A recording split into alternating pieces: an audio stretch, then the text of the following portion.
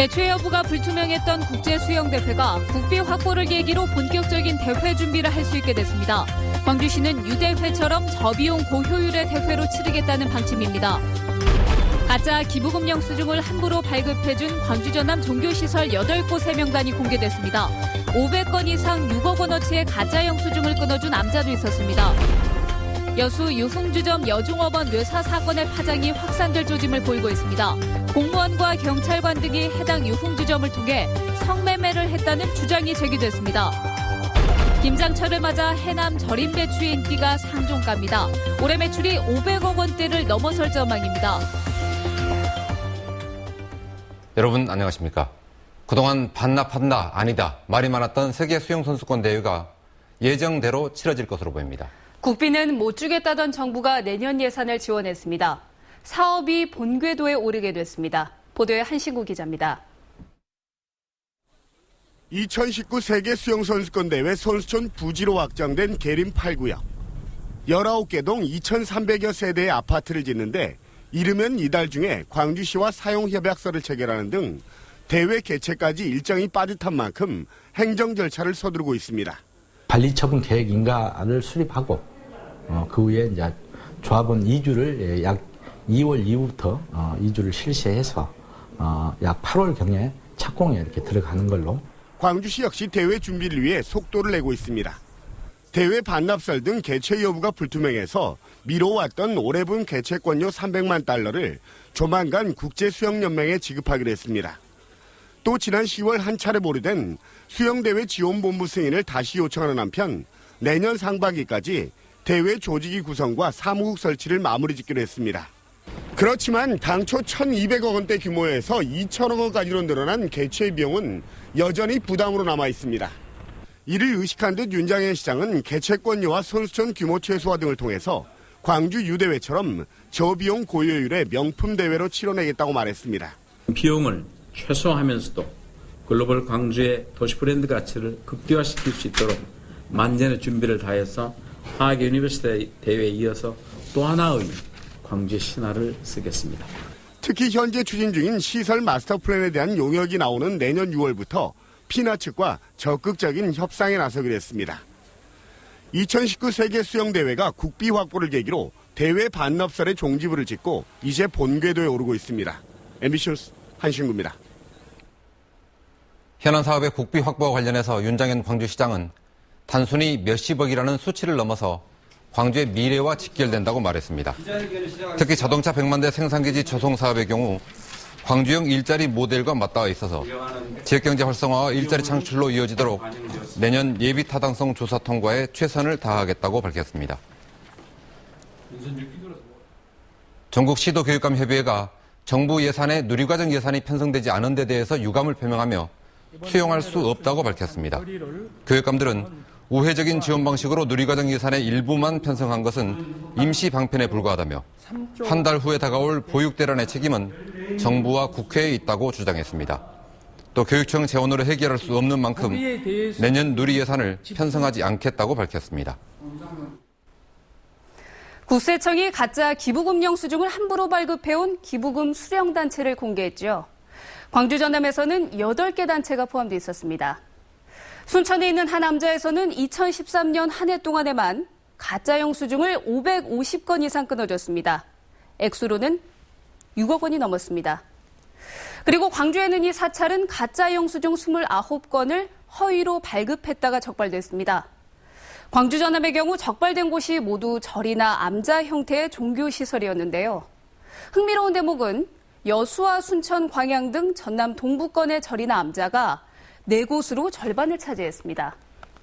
또 광주가 한 곳, 담양과 화순, 해남에 있는 사찰이 각각 한 곳씩 포함되어 있었습니다. 국세청은 가짜 영수증을 내준 단체와 부당하게 공제받은 근로자나 사업자에게 가산세를 물리기로 했습니다. 지금까지 카드뉴스였습니다. 네, 다음 소식입니다. 유흥업소 여종업원이 뇌사 상태에 빠졌습니다. 여성단체는 업주에 폭행이 있었다고 폭로하면서 봐주기 수사 의혹을 제기했습니다. 이 업소에서 경찰관이 성매매를 했다는 주장도 나왔습니다. 보도에 권남기 기자입니다. 여수의 한 유흥주점에서 일하던 30대 여성이 의식을 잃은 건 지난달 19일. 이 여성은 이후 뇌사 상태에 빠졌는데 사건을 폭로한 여성단체는 업주가 평소 이 여성을 자주 폭행했고 사건이 일어난 날에도 때렸다는 증언이 있다고 밝혔습니다. 또 여수경찰서가 업주의 말만 듣고 단순 사고 처리한 것은 은폐 의혹을 받기에 충분하다고 주장했습니다. 여성들은 업소와 경찰이 사건을 은폐 축소하고 있다며 유착 의혹을 제기하였습니다. 여성단체는 또 다른 여종업원들을 통해 이 업소에서 성매수를 한 남성들도 일부 확인했다고 밝혔습니다. 현재까지 확인된 사람은 30명 정도. 여수경찰서와 전남경찰청 소속 경찰관, 여수시청과 소방공무원, 언론사, 기자도 있었다고 폭로했습니다. 여수에 영향력을 미칠 수 있는 그런 사람들도 포함된 걸로 알고 있습니다. 가혹한 폭행 행위가 지속적으로 할 수 있었던 이유이지 않겠는가. 전남지방경찰청이 전담팀을 꾸려 업주의 폭행 여부와 성매수 남성들에 대한 수사에 나선 가운데 경찰은 초동 수사 논란에 대해 참고인을 확보하려고 노력하는 등 절차대로 진행했다고 해명했습니다. MBC 뉴스 권남기입니다. 밤사이 광주 전남에 눈이 내려 쌓이겠습니다. 내일까지 예상적 설량은 광주와 전남에 1에서 5cm, 전남 동부 지역은 3에서 10cm이고 곡성과 구례에는 대설 예비특보가 내려져 있습니다. 또 서남 해안 11개 시군에 강풍특보가 내려져 있습니다. 기상청은 자정을 전후에 많은 눈이 예상되고 일부 지역은 내일 아침 기온이 영하로 떨어지겠다며 빙판길에 대비하라고 당부했습니다. 광주시와 국방부 국립공원관리공단이 무등산 정상의 군부대 이전을 위한 협약을 체결했습니다. 이번 협약에 따라 각 기관은 대체 후보지 선정과 부대 이전에 필요한 예산 확보, 그리고 관련법 개정 등에 공동으로 노력하기로 했습니다. 또 군부대 이전 사업은 국방부가, 산 정상의 생태보건 사업은 국립공원관리공단이 맡아서 추진하기로 했습니다.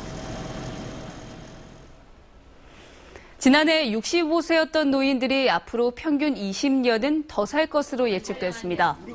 통계청이 발표한 전국 생명표에 따르면 지난해 기준으로 65세였던 노인의 기대 여명은 광주 20.3세, 전남은 20.8세로 나타났습니다. 또 지난해 출생한 아이의 경우는 기대 수명이 광주는 82세, 전남은 81.7세로 예측됐습니다. 요즘은 김장할 때 절임 배추를 쓰는 분들이 많은데요. 김장철인 요즘 배추 주산지인 해남에는 절임 배추 주문이 폭주하고 있다고 합니다. 문현철 기자입니다. 국산 천일염에 절인 싱싱한 배추를 깨끗이 씻고 포장지에 담습니다. 요즘 간편함 때문에 큰 인기를 끌고 있는 절임 배추입니다. 김장철인 요즘 해남 지역 절임 배추 가공 공장은 주문량을 채우느라 연일 밤샘 작업을 하고 있습니다. 해풍을 맞아 아삭함이 더한 절임 배추는 가격이 비싸도 찾는 수요는 해마다 크게 늘고 있습니다. 섬유질 성분이 좀 오밀조밀하고 김치를 담아놓으면 아삭아삭하면서 당도가 좀 더 다른 지역에 비해서 높습니다. 해남산 절임 배추는 올해 3만 4천여 톤, 510억 원의 매출을 올릴 것으로 보입니다. 전체 배추 생산량의 30%가량이 이처럼 절임 배추로 가공돼 팔리고 있습니다. 생배추로 파는 것보다 소득이 3배 이상 많아서 해남 지역에서만 천여 농가가 절임 배추를 생산하고 있습니다. 해남 절임 배추 브랜드화를 만들기 위해서 포장재를 지원하고 있고요. 그다음에 그 노동 절감형 장비와 또 제조 시설, 절임 배추 제조 시설의 현대화를 하기 위해서 매년 지원을 하고 있습니다. 값싼 배추 수입과 가격 폭락으로 고전을 면치 못하는 배추 재배 농가에 절임 배추가 고소득을 안겨주는 효자 노릇을 톡톡히 하고 있습니다. MBC 뉴스 문현철입니다. 광주FC가 새 역사를 쓰고 있습니다. 지난해에는 기적적으로 1부 리그에 승격하더니 올해는 승격팀 가운데 처음으로 1부 리그에 잔류했습니다. 역사를 고쳐 쓰고 있는 광주FC의 중심에는 남길 감독의 리더십이 있습니다. 올 시즌 내내 광주FC와 남 감독을 밀착 취재한 박재욱 카메라 기자가 보도합니다.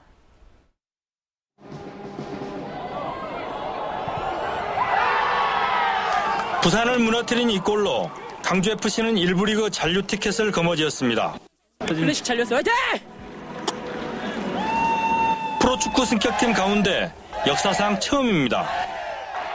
3년 만에 1부 리그에 복귀한 뒤 열악한 상황 속에서 이뤄낸 또 한 번의 값진 성과입니다. 광주시라는 이미지가 올라가 있는 거잖아요. 그 홍보 효과라든지 챌린저에 있는 광주, 클래식에 있는 광주, 이건 격이 다른 거거든요. 기선을 제압하는 선제골, 승리를 확정짓는 쐐기골, 질 때 지더라도 끝까지 공격하는 이른바 닭공 스타일은 광주FC의 팀 컬러가 됐습니다. 거의 아시아에서 통틀어서도 거의 공격 지향, 그리고 이 독일 분데스리가에서나 볼 수 있는 이 압박 축구, 전방 압박 축구를 하고 있거든요. 부족한 면이 있었을 텐데 그걸 극복하고 선수들이나 남길 감독님이나 팀을 위해서 헌신했기 때문에 이렇게 좋은 성적이 난 것 같아서. 강팀을 만나도 주눅 들지 말라. 어떤 상황에도 우리가 준비한 축구를 하자. 남길 감독의 꿋꿋한 신념은 선수들에게 용기가 됐고 광주FC를 끈끈한 팀으로 만들었습니다. 그런데 저는 좀 그게 맞다고 좀 생각되면 좀 밀고 나가는 성격이고, 그리고 저희 팀이 또 가장 잘하는 거예요. 잘하는 거를 해야 또 저희 팀만의 색깔도 나오고 또 성적도 나올 수 생각해서. 비록 크게 주목받지 못하지만 소름 대신 승리를 쌓아가며 새로운 역사를 써가는 광주FC. 때로는 함께 웃고 때론 눈물을 흘렸던 남길 감독과 선수들의 지난 1년의 이야기를 오늘 밤 생생한 영상으로 만나볼 수 있습니다. MBC 뉴스 박지욱입니다. 내년 정부 예산의 전라남도의 최대 현안 사업 가운데 하나인 무안공항 활성화 기반 구축 사업이 또 포함되지 못했습니다. 전라남도는 무안국제공항 활성화를 위해 활주로를 3,200m로 연장해야 한다며 정부에 수년째 관련 예산 200억 원을 건의하고 있지만 정부는 이용객 수가 적다며 예산을 배정하지 않았습니다. 더욱이 정부가 제주에 제2공항을 건설하기로 하면서 무안공항의 입지는 더욱 위축될 것으로 우려됩니다. 광주 장애인 차별철폐연대는 유엔이 정한 세계 장애인 날을 맞아서 광주시의회 로비 1층에서 장애인들이 직접 하고 싶은 이야기를 하는 자유발언 행사를 가졌습니다.